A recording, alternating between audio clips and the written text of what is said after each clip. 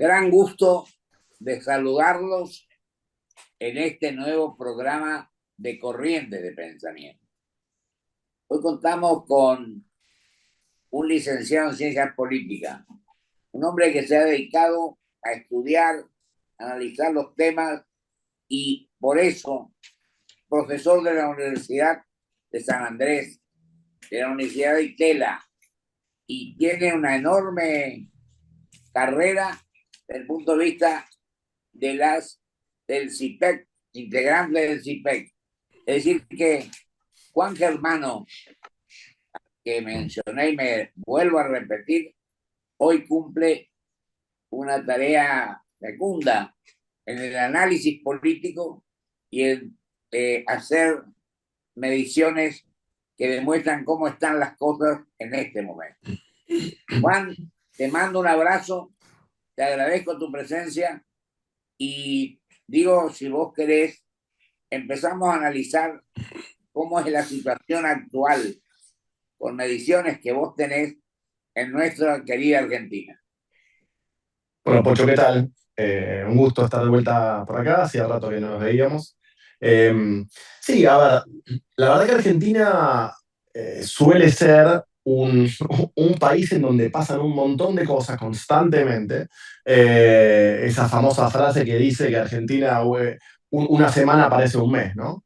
Eh, y en este proceso de muchísima información, de la hiperinformación que tenemos hoy por hoy en Argentina y en el mundo, esto convive, si se quiere, con un estado de la opinión pública, un estado del argentino, si querés, que está, por un lado, muy polarizado, una hiperpolarización. Esto ya es un proceso, te diría, casi global, ¿no? Es la normalidad de la gran mayoría de los países, por múltiples motivos, no sé si nos vamos a meter ahí.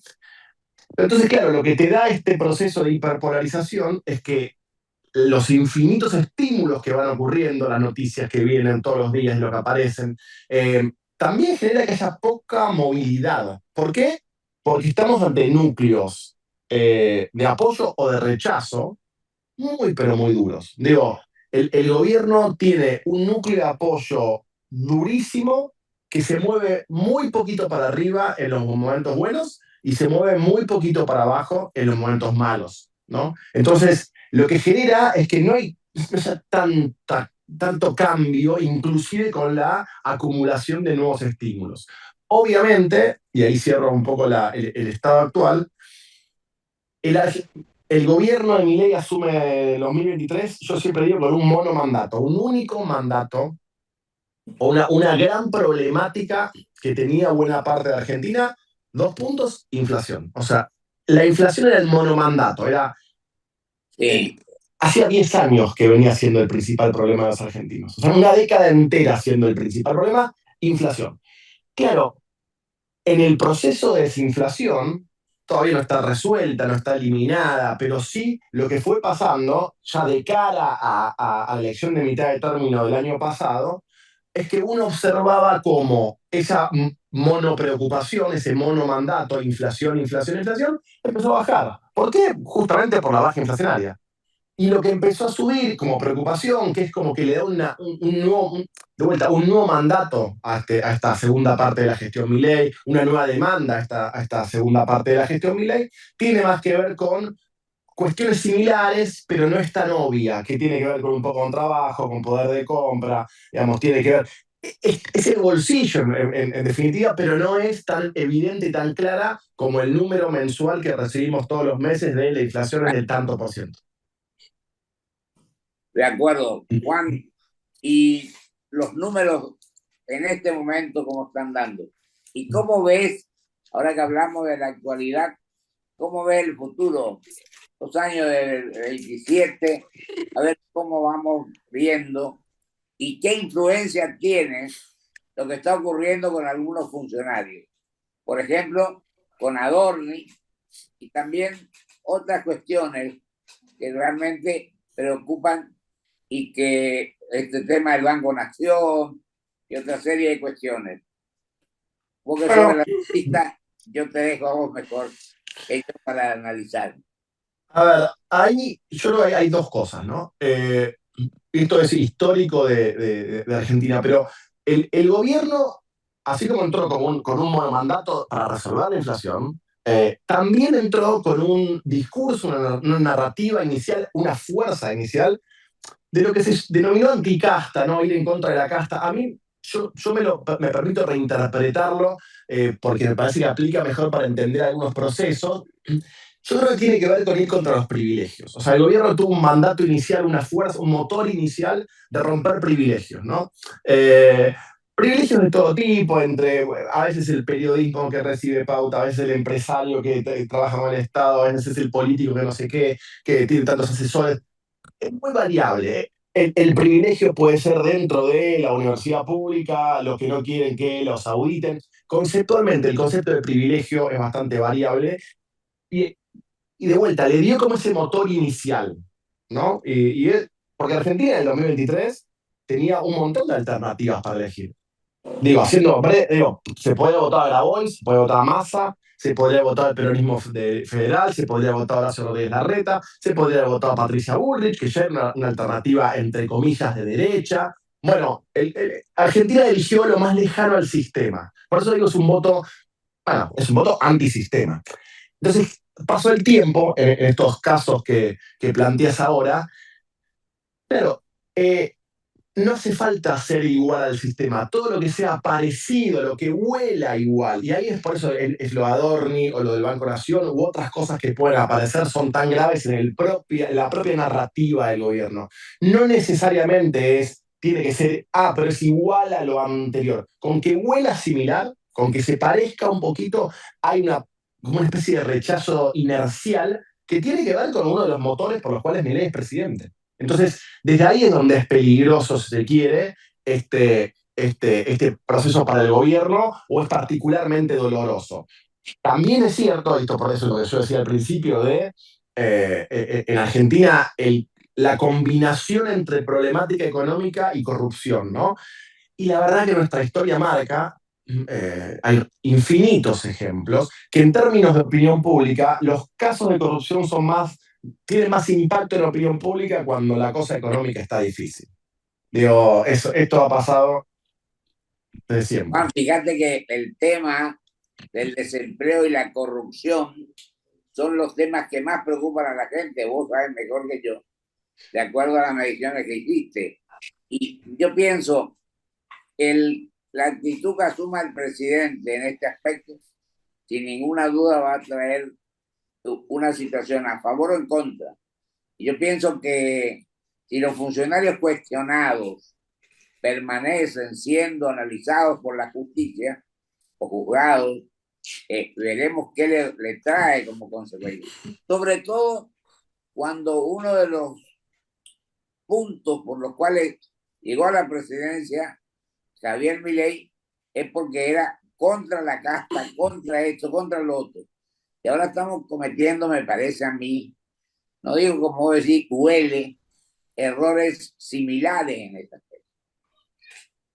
Sí, por eso yo decía, no hace falta que sea lo mismo, con que si parezca un poco ya es doloroso para parte de ese votante, ¿no? Entonces, ahí es donde ahí empieza a jugar un poco las estrategias finalmente de comunicación que tienen los gobiernos o, o de poder cambiar el eje de la discusión, ¿no? Digo, porque a veces, bueno, vos, Pocho, tenés mucha experiencia en política, digo, la verdad que los ritmos en los que va, por ejemplo, las noticias van a una velocidad, la opinión pública, cómo se forma de esa opinión, va a una velocidad, la justicia va a otra.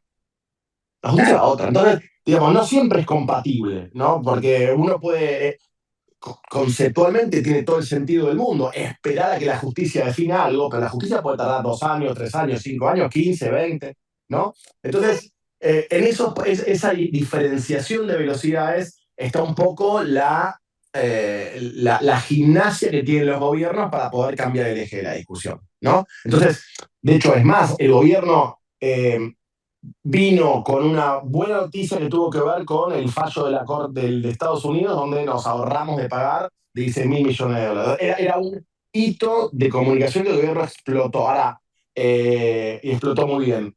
entra el cazador en la agenda y, por ejemplo, la baja de la pobreza, que fue la semana pasada, creo que fue 28 puntos, una de las más bajas en los últimos años, no terminó de explotarla como hito de gestión. Entonces, empieza a jugar mucho esto en este mundo hiperconectado de redes sociales y de hiperinformación y de información falsa y verdadera. Bueno, empieza a jugar un poco esta idea de, bueno, cómo hacen los gobiernos para, con cintura, poder cambiar el eje, ¿no?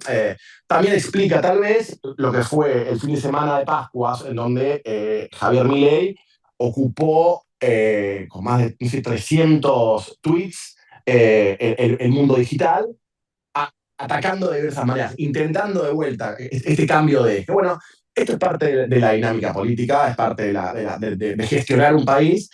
Y por supuesto, también, y ahí cierro, tiene que ver con los temas, por supuesto, y mucho tiene que ver con la elección de los rivales. ¿No? Digo, hay algo en política muy, muy elemental e interesante que tiene que ver con a quién elegís como rival. ¿No? Digo, y ahí es donde el gobierno, por supuesto, tiene como la tendencia a elegir en general el peronismo, el kirchnerismo, ¿no? Digamos, y tiene sentido en su propio votante, y también tiene sentido porque finalmente todavía el peronismo barra kirchnerismo, gran parte de la oposición, todavía no está acomodada, no está encontrando, bueno, digamos, finalmente sus propias propuestas para lo que viene pensando en este 2027. Ahora, yo hablar para lo que viene bien una pregunta para que vos analices cómo está el tema. Me dijeron que está viajando para nuestra región, que va al Chaco, que viene a Corrientes, Mauricio Macri, que aparentemente se ha vuelto a lanzar, o no sé si formalmente así, pero de todas maneras, las inquietudes, las actitudes y la opinión de la gente es que se está lanzando a ver si vuelve a ser candidato. Bueno, a ver, yo creo que el gobierno, este gobierno de Javier Milei, digamos, yo creo que una de las grandes legados que va a tener, independientemente de cómo le vaya económicamente, ¿no? Digamos, otra discusión, creo que uno de los grandes legados que le está dejando al sistema político, a los opositores, tiene que ver con la relevancia, la importancia de cuidar las cuentas públicas, por un lado, la relevancia de tener inflación baja, ¿no? Y la esta, lo resumo en superávit, ¿no? En gastar menos de lo que, Sí, sí. eh, eh, que es una variable, un valor que hace años, algunos años parecía una locura. Me parece que entró, caló esta famosa batalla cultural, el gobierno la tuvo. ¿Y por qué hago esta introducción para responder tu pregunta? Porque ese rumbo, diría, cualquiera que quiera reemplazar a Milei, para decirlo de esta manera, sea cual sea, me parece que va a tener que concederle a Milei eso, ¿no? Entonces, ato tu pregunta con la anterior.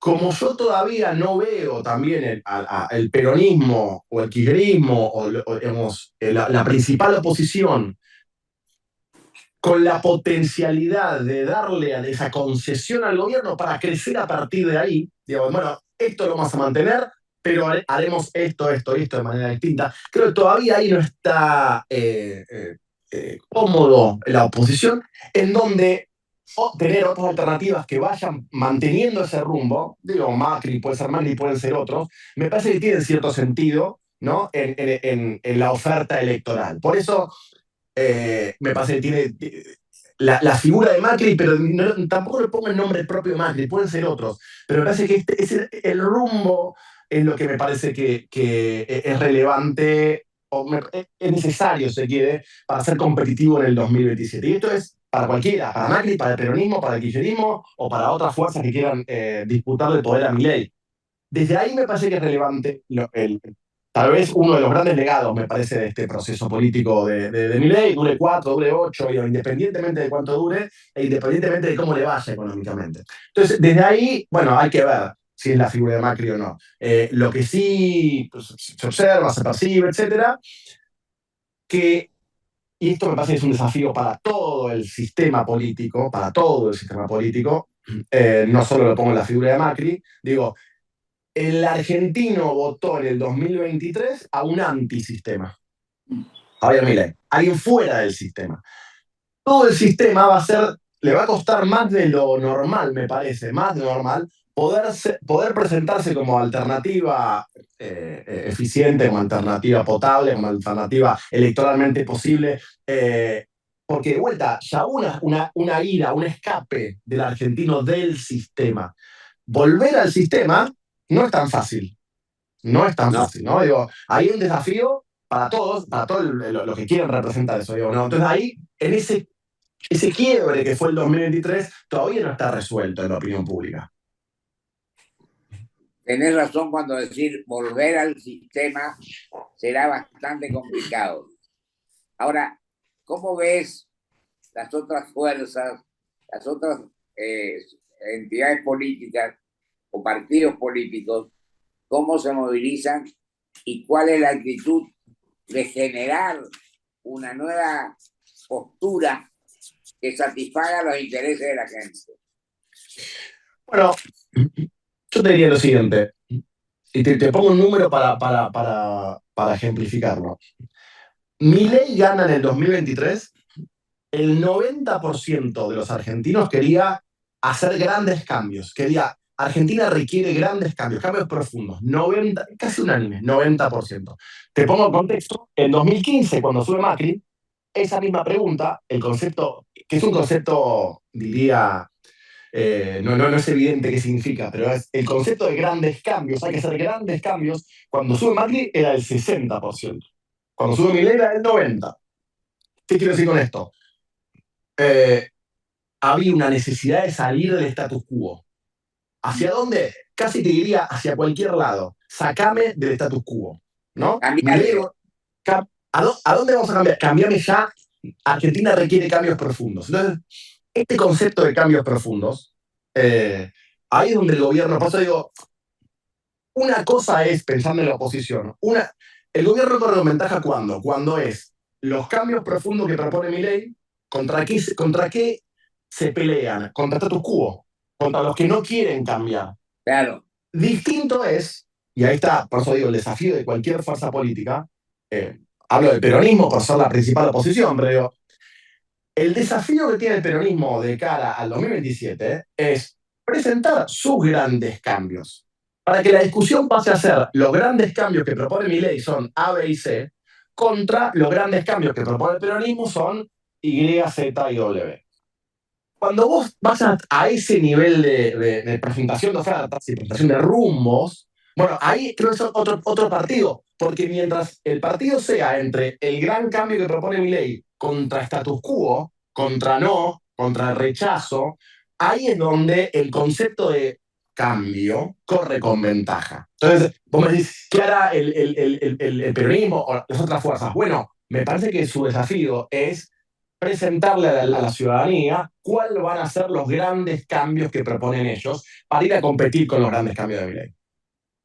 Y otra cosa, yo digo, en este momento donde en el mundo hay problemas de toda índole, está la guerra, sobre la cual te voy a preguntar a ver qué opinas vos, donde el presidente dice, ya ganamos, porque eso afectó enormemente su postura como presidente de la nación con la institución presidencial, porque él podía hablar a nivel personal, pero no en el otro aspecto. ¿Y cómo ves la guerra? Te pregunto de paso para que veas tal tranquilidad. Eh, bueno, a ver, yo estamos en un momento de liderazgos mundiales, yo lo llamo brutales, son liderazgos brutales, pero no bruto de tonto, sino bruto de la hiperhonestidad. Hago el ejemplo de Venezuela. Trump no dice que va a sacar a Maduro a Venezuela para recuperar la libertad y la democracia y los derechos humanos de Venezuela. Trump dice, voy a Venezuela porque el petróleo venezolano no puede ir más a China y a Rusia, tiene que ser negociado con Estados Unidos. Es como la brutalidad del liderazgo, ¿no? Entonces, en ese sentido, digamos, liderazgos tan brutalmente honestos, si se quiere, como por ejemplo lo de Trump, te generan como mucha inestabilidad a nivel geopolítico. Claro, esta disputa con Irán, da toda la impresión de tener un móvil de entrada, pero no termina de ser demasiado claro cuál puede ser la estrategia de salida de un conflicto de estas características, en donde por supuesto Irán está preparado no para ganarle a Estados Unidos, son potencias que no tienen... es una guerra muy desigual, pero sí es un país que se ha preparado justamente para esto, para sembrar caos en caso de un ataque.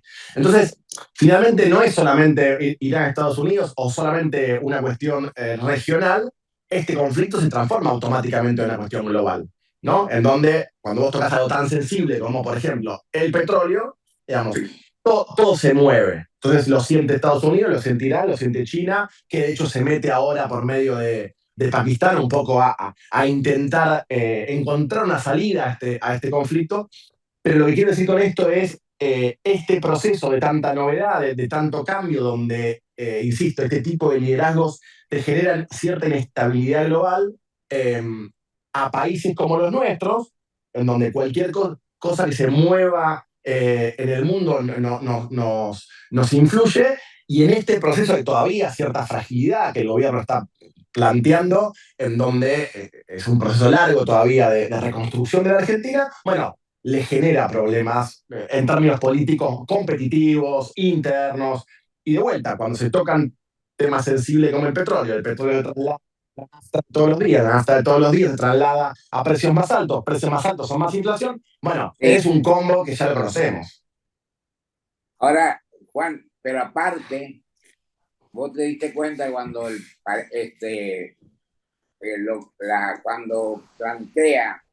cuando plantea el otro día eh, el tema de Hormuz, es lo que en realidad está provocando una actitud de una manera o de otra, porque tiene un enorme porcentaje del petróleo en el mundo. Así que ese es uno de los temas fundamentales al cual tenemos que darle toda la trascendencia que tiene. Cuando el paréntesis de 15 días, a lo mejor se rompía, por ellos, los iraníes abren el tema de Hormuz y después la vuelven a tener. Entonces, vemos que hay intereses de todo tipo, tenemos que tratar de evitar este tipo de enfrentamiento y la guerra, en definitiva, que es tremendamente complicada para todos. No, definitivamente, y esto genera mucha inestabilidad global, ¿no? Mucha inestabilidad bueno, en todos lados. De vuelta, a veces se dice, ¿no? Esta idea de los países desarrollados, los países en vías de desarrollo, Japón y Argentina, ¿no? Como por fuera del mundo. Bueno, a veces es cierto y a veces no. En este caso, Argentina está cada vez más inmersa y más abierta a las cuestiones globales, que tiene un montón de ventajas y también tiene un montón de desafíos. En este caso es uno de ellos. Entonces, el proceso de Argentina, en este contexto, y también con un gobierno donde activamente ha tenido una actitud pro Estados Unidos desde el minuto cero hasta la actualidad, y es una definición de política internacional y de política exterior muy clara por parte del gobierno. Bueno, te genera estos desafíos, ¿no? Digamos, de cómo, de cómo, a- cómo logras pasar este proceso, porque además el año 3 de los últimos gobiernos, el año 3 de Alberto Fernández, el año 3 de Mauricio Macri, el año 3 de Cristina Kirchner, la verdad que no fueron fáciles.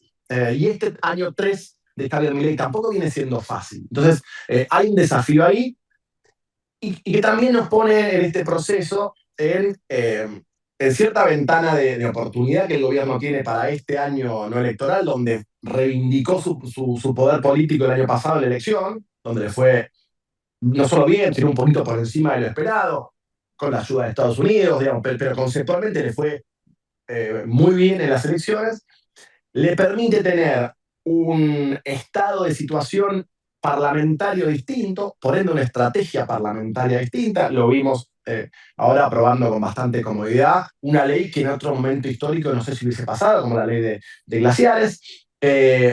Bueno, y esa ventana antes de entrar al año electoral que viene, que ya sabemos que vamos a tener la gran mayoría de las elecciones desdobladas, lo cual ya estamos hablando que seguramente en febrero o marzo del año que viene ya empecemos a tener elecciones provinciales ya corriendo. Digamos, es la ventana esta del año de reformas. Y ahí cierro con esto, que va a ser interesante. El gobierno es un gobierno que se autopercibe reformista, quiere ser recordado como un gobierno de alta reforma.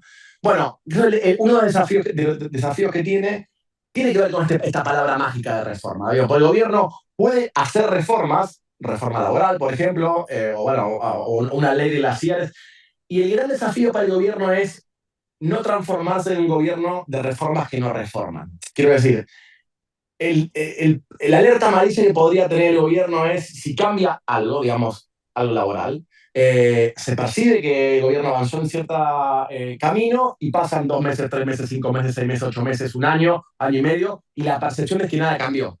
Porque vuelvo a lo que decía anteriormente, la pulsión por los cambios profundos, que no significan los cambios que quiere mi ley, pero la pulsión por los cambios profundos en Argentina sigue estando. Digo, entonces ahí es donde convive el desafío de no ser un gobierno reformista. Ahora, el tema de la reforma laboral, acordate que se judicializó ese tema. Totalmente, y todas. ¿Cuál es la Sí, consecuencia que hay? no, no, no, definitivamente. Y va a pasar lo mismo con glaciares, y va a pasar, y pasan, la gran mayoría, por eso es una pelea de cambio y del cambio y el status quo. No, digo, esa es la pelea. Donde juega la política, es cierto, y donde, como bien planteas, juega la justicia. ¿No? Entonces, es cierto, se judicializa, pero ahí es donde, en términos generales, en la propia narrativa del gobierno, que es una narrativa que convive desde el 23 hasta la actualidad, a veces, para este tipo de gobiernos que vienen de afuera, ¿no? Eh, no tener poder es más poderoso. ¿Qué quiero decir con esto? Enfrentarse al status quo, enfrentarse a los poderosos les da poder. Entonces también hay algo de el juego entre que a veces pone la justicia, el sindicalismo, de esos parates que también al gobierno le dan sentido. Entonces, ahí hay un juego también interesante para ver cómo el gobierno logra transformar estas narrativas, inclusive en su propio combustible, ¿no? Porque, insisto, este es un gobierno que fue elegido, vino con el motor de, digamos, de cambiar. Vos que entendés mucho de esto, se nos fue el tiempo, así que yo te quiero agradecer tu participación y bueno, desearte que sigas en este rumbo de investigar, de estudiar, de analizar los temas. Te Bueno, mando un Pocho, abrazo, Juan, y te agradezco gracias. Abrazo grande. Adiós. igualmente. Muchas gracias y hasta el próximo programa, si Dios quiere.